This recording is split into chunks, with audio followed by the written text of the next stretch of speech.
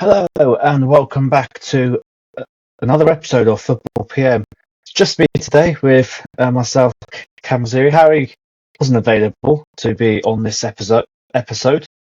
I'm here to preview this weekend's games as the Premier League makes its long-awaited return. I hope everyone's doing well. I know I'm doing very well. I think we should dive right in. Remember to like and subscribe if you're watching on YouTube, or if you're listening to us on Spotify, make sure you give us a follow and a nice like. You can comment as well. And I think we should get straight in. I'm just going to preview the games this weekend, especially the big one on Sunday. And I'll update you on some transfer news and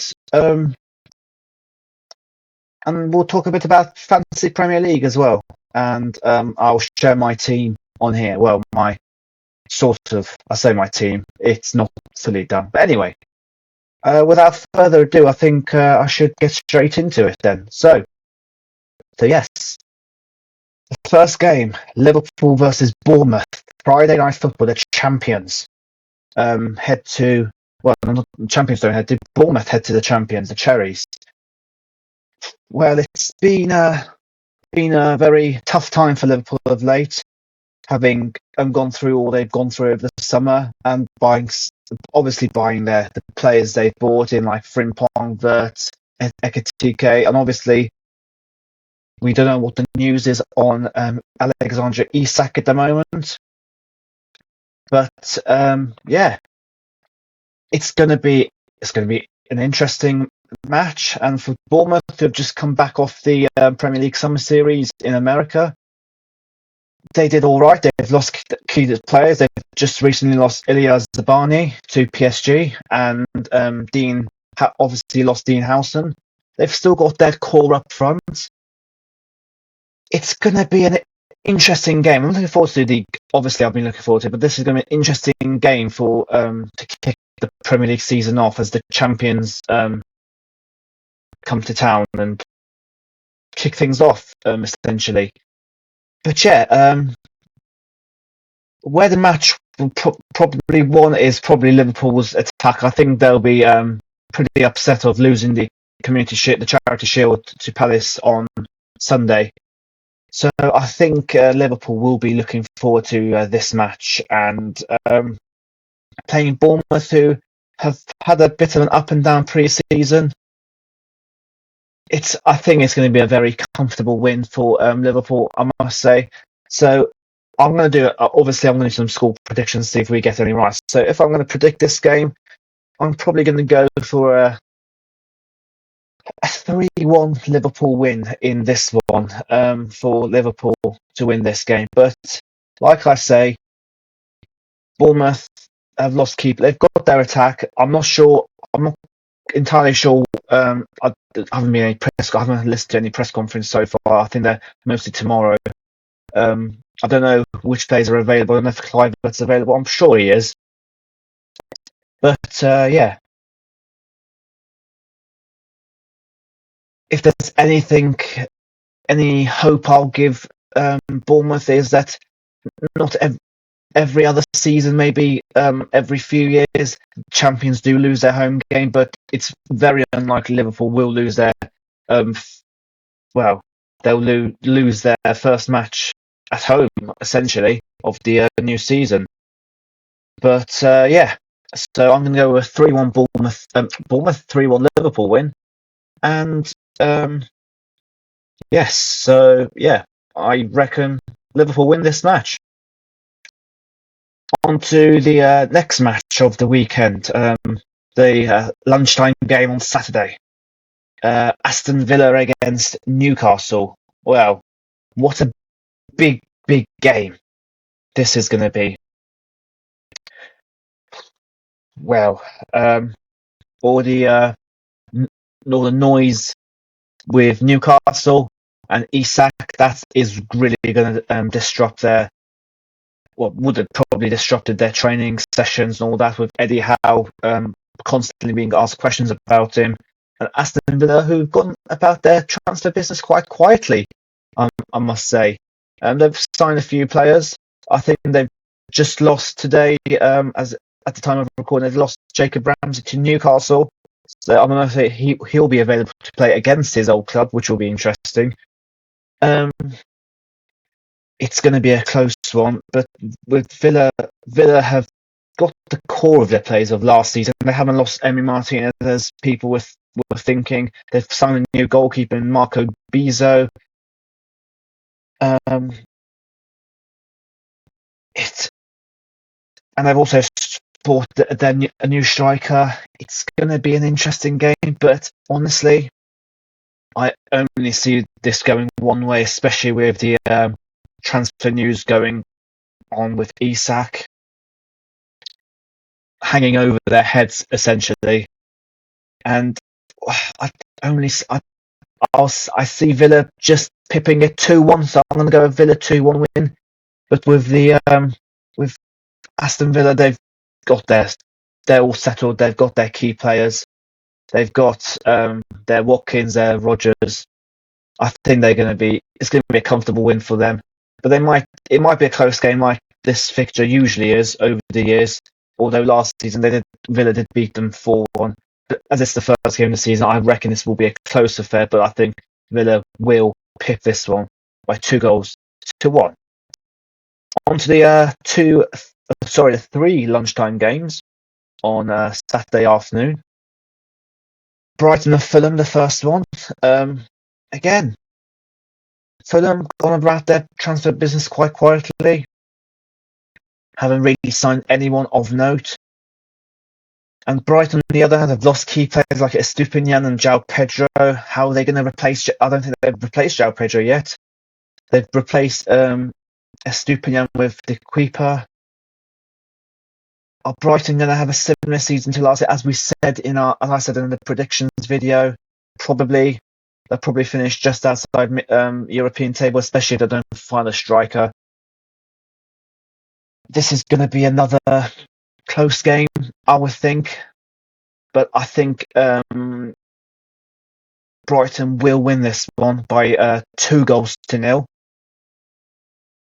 Because I just don't see how Fulham are going to score, because Brighton have got a decent defence with the players they've signed, and Fulham, I really haven't been following Fulham too much in pre-season, but I haven't really, heard so much good things about them in pre-season. It's been really quiet on the Fulham front. But yeah, they could surprise me, and they could go and win 4-0. Who knows?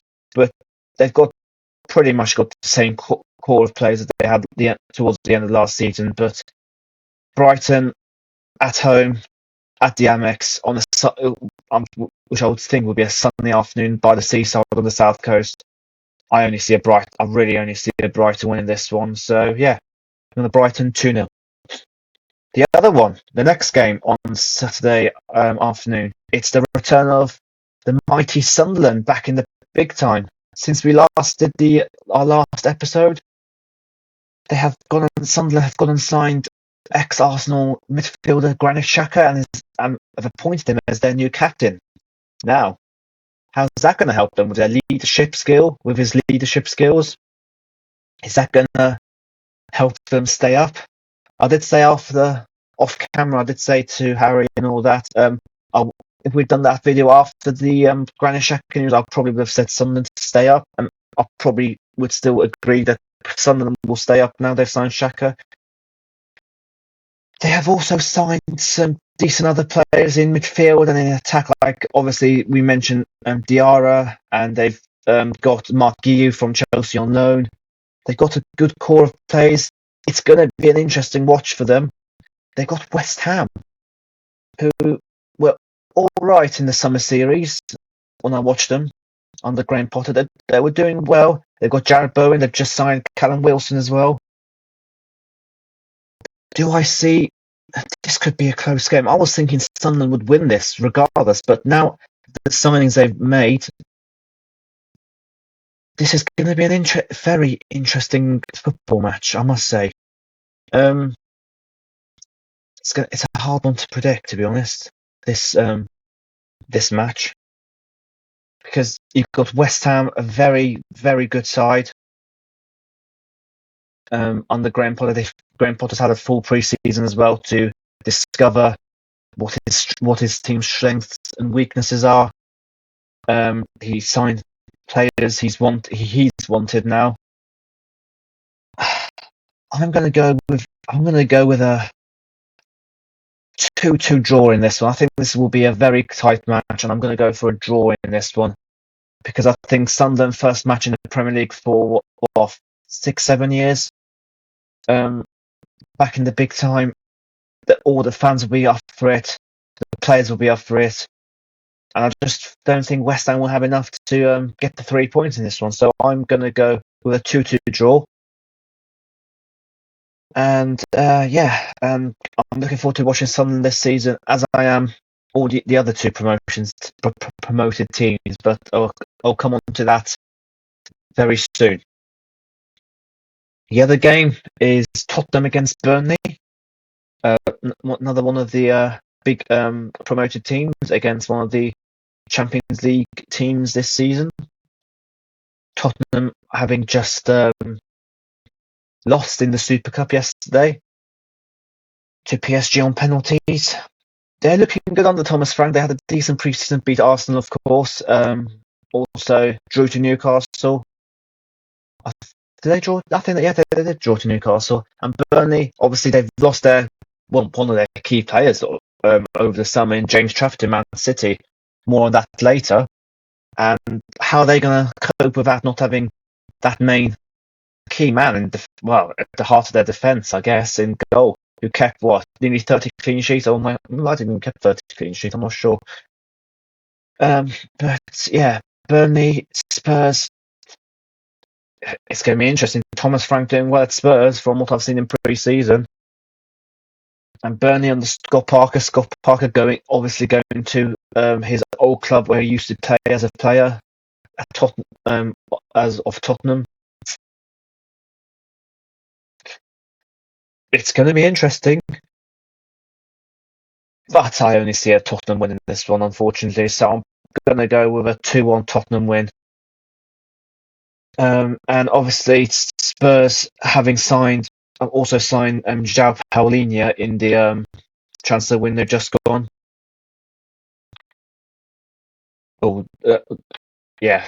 Transfer window just happening, and obviously they're interested in signing Eze and Savinho from Palace and City respectively. Obviously they've lost Maddison, unfortunately, to an ACL, and he's probably going to be out for the majority of the season now. It's quite fascinating to be a Spurs fan at the moment, but as I predicted, I don't think they'll finish in top of the table, but who knows? Who knows what to expect from Tottenham?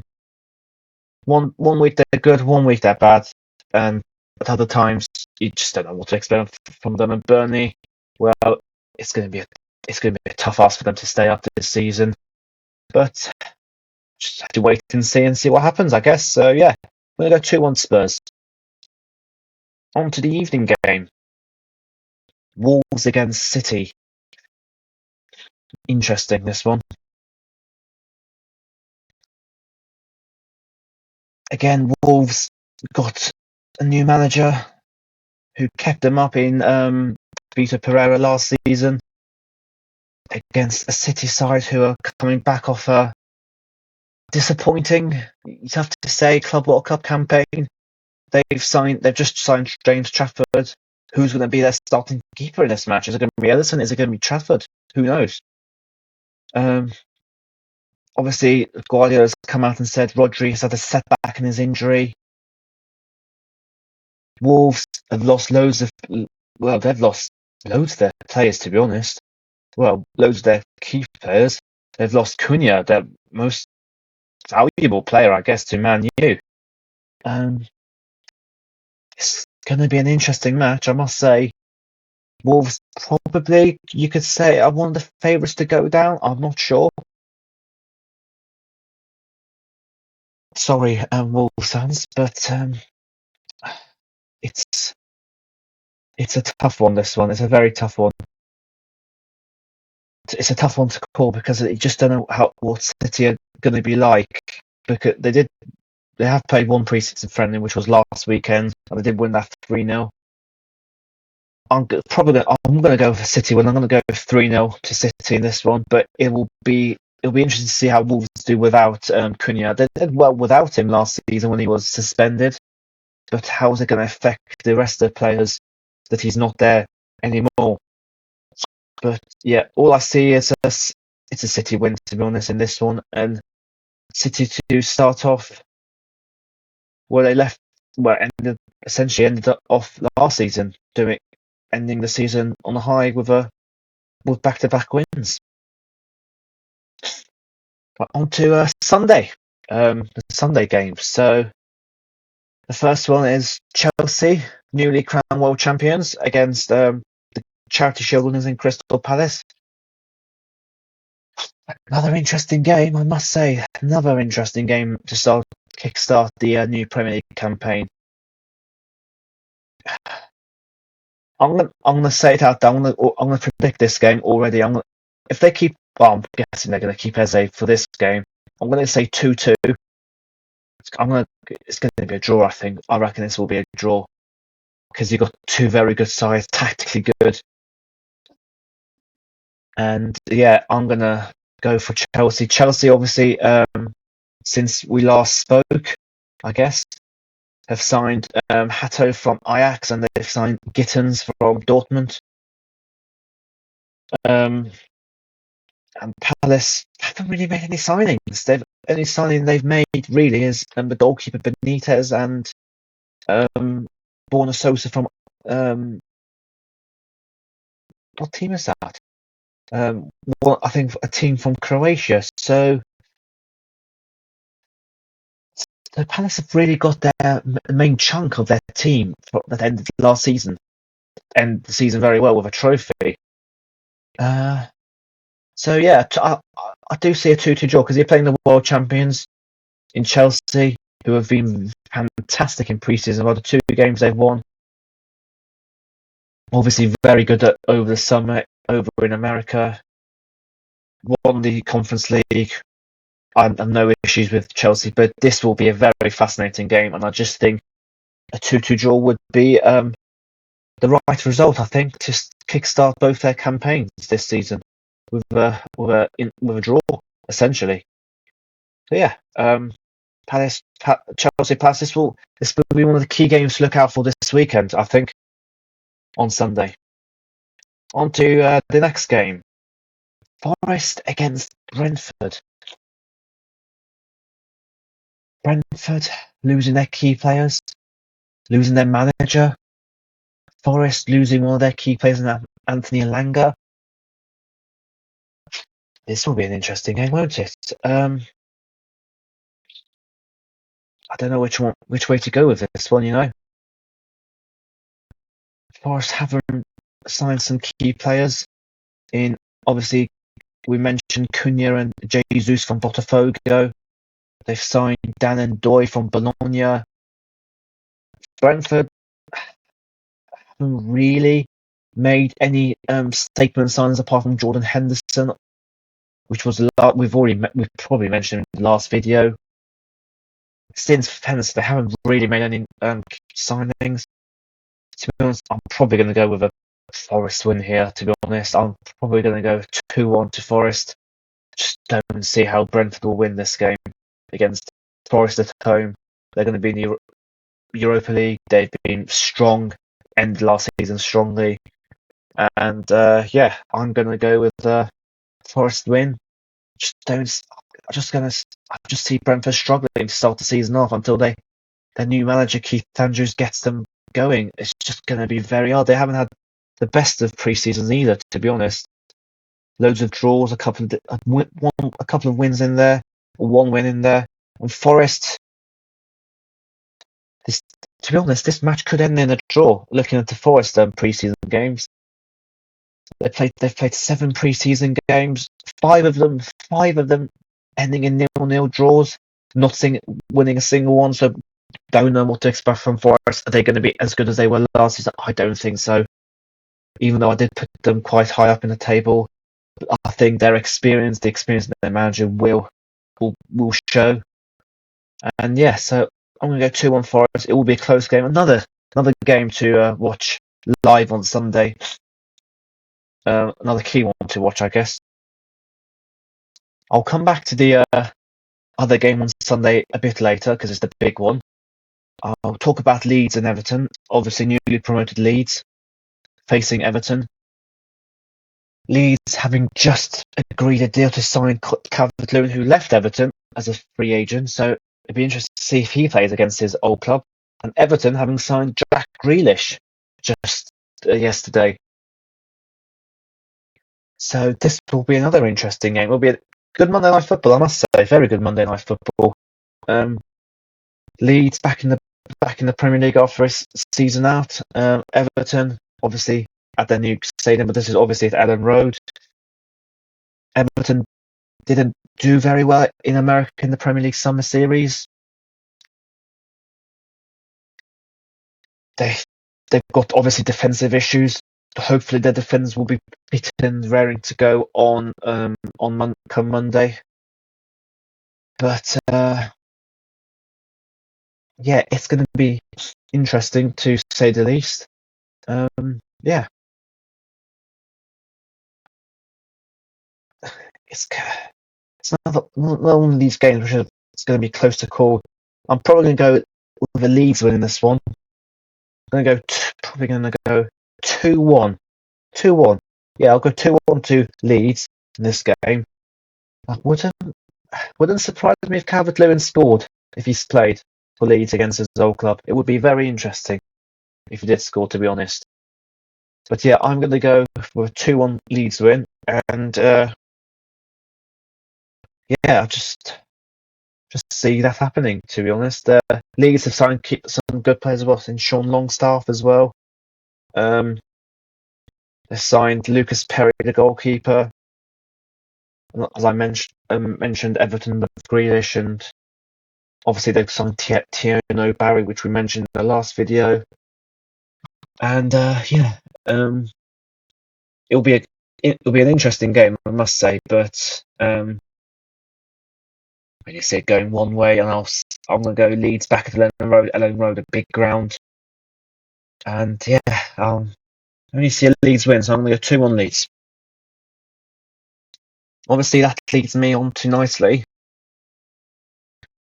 It's a big game on Sunday afternoon between Manchester United, who Harry supports, and obviously who I support, in Arsenal. Well. What a way to start Super Sunday, hey? One of the biggest rivalries in Premier League history, Manchester United and Arsenal at Old Trafford as well.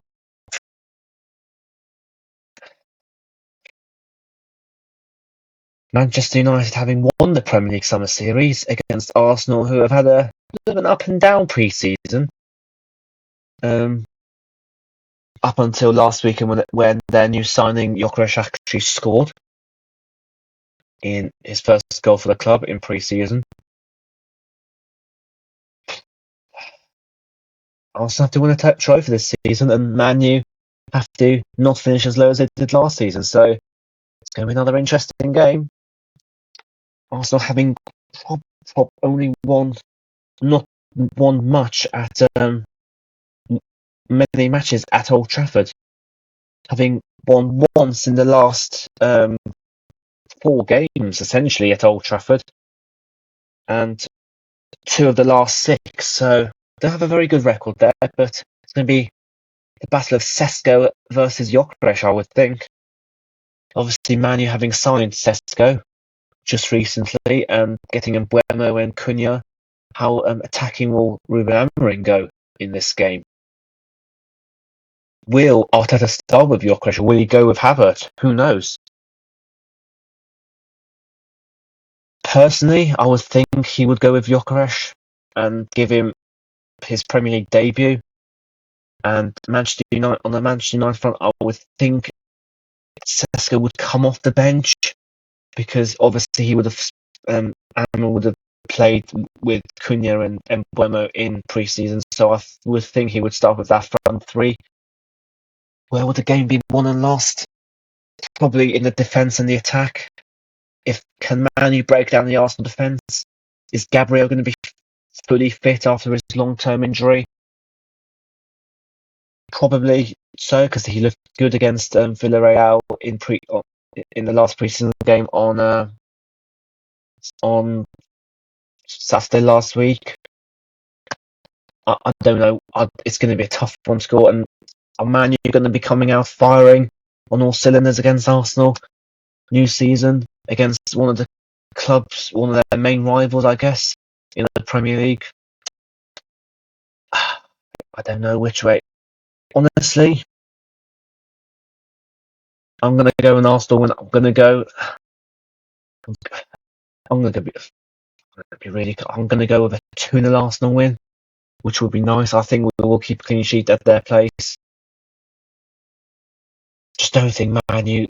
I think Man U will get a reality check by Arsenal, knowing how well Arsenal are obviously title challenging Man U, how shaky they are. I'm sure Harry would say Man U are going to win something like 3-0, 4-0, something crazy like that. But I'm going to go with an Arsenal win, 2-0, and hopefully Arsenal can get off to a decent start, I guess. And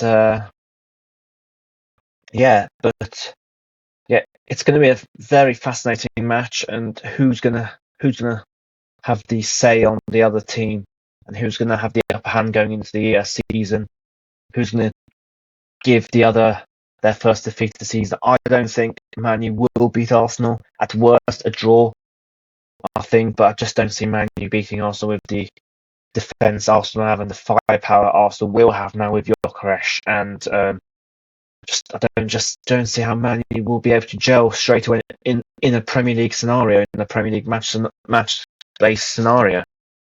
So so that is my predictions and preview of this weekend's game. So I'm going to take a short break, and I'll be back talking about fantasy.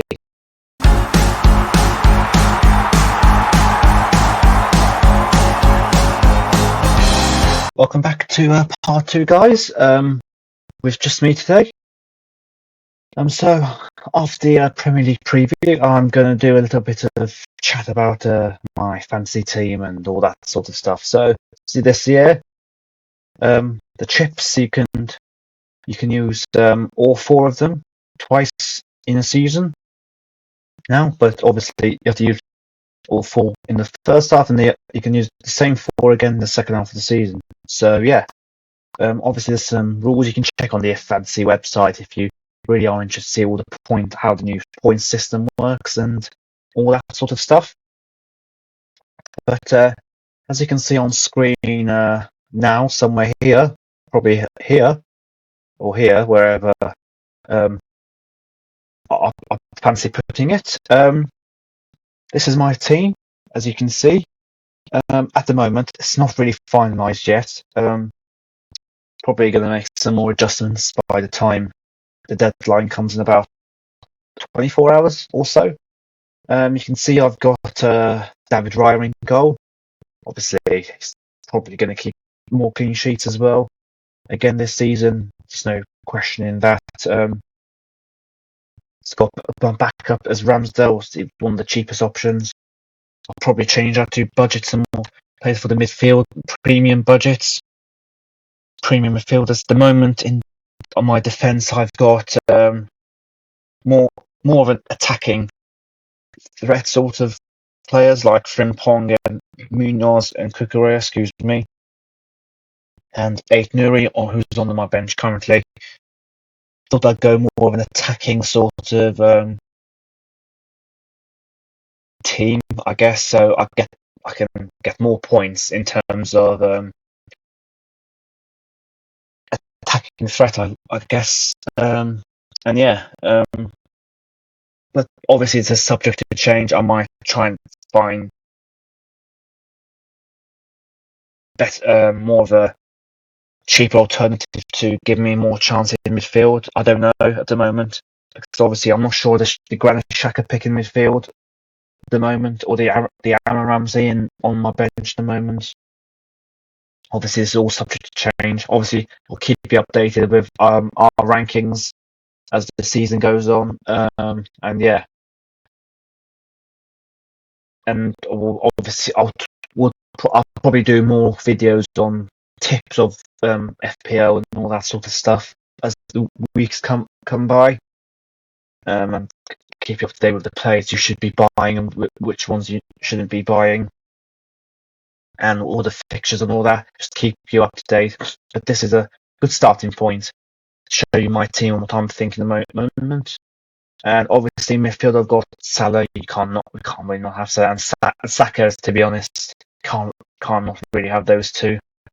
Obviously, you could probably go with a Palmer maybe in the midfield there. I guess obviously gone for Salah as well alongside them because Palace. You need to have a Palace player in there really because they do like scoring goals. And he's a threat from set piece. He can score them. He can provide them.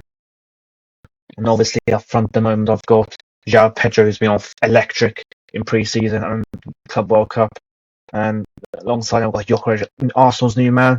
I reckon he's going to score loads of goals. If you're looking at the goal scoring record over the years. And yeah, on my bench, as I said, at the moment, this is probably going to be subject to change. I still have to go and see what the other experts have picked and what sort of players they've gone for. At the moment, that's what I'm going for. Captaincy is a tricky one this weekend. Do you put it on Salah against Bournemouth? Do you put it on, at the moment, I've got it on Pedro. Maybe I'll put it on Gyökeres. I don't know. Again, all subject to change. If you follow me on my social media, I'll put that on here somewhere. I'll probably post it. We post my team on my social media when it's finalised.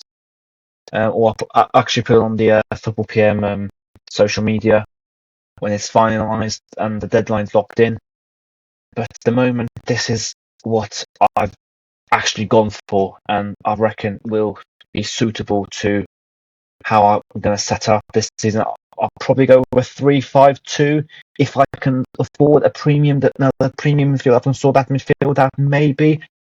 I'll probably sort that out, but the fixtures this week aren't as nice as I said in the preview because some of the games are very difficult for most of the players. Like you've got Palace against Chelsea, like it's difficult against Newcastle and Villa and Arsenal. The only nice fixture you probably have to go West Ham, Sunderland again. That's another tough one. Bournemouth, Liverpool, another. It's tough to call, but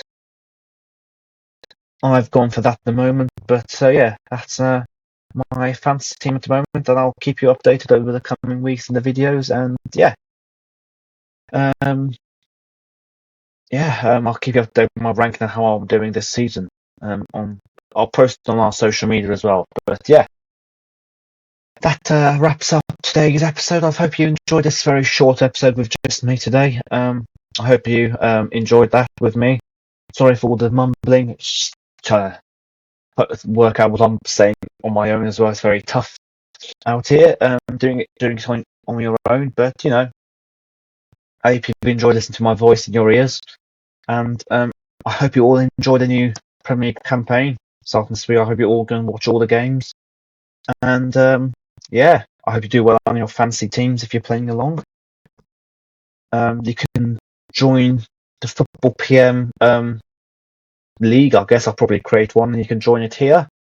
I'll put the code here somewhere or there somewhere. And yeah, hope you enjoyed today's episode, and we'll catch you. We'll do a review show on Tuesday probably. And yeah, remember to like and subscribe and follow us on Spotify and all that sort of stuff. And yeah, take care, and it's a goodbye from me. Goodbye, take care, and see you later, and enjoy the Premier League this weekend. Goodbye.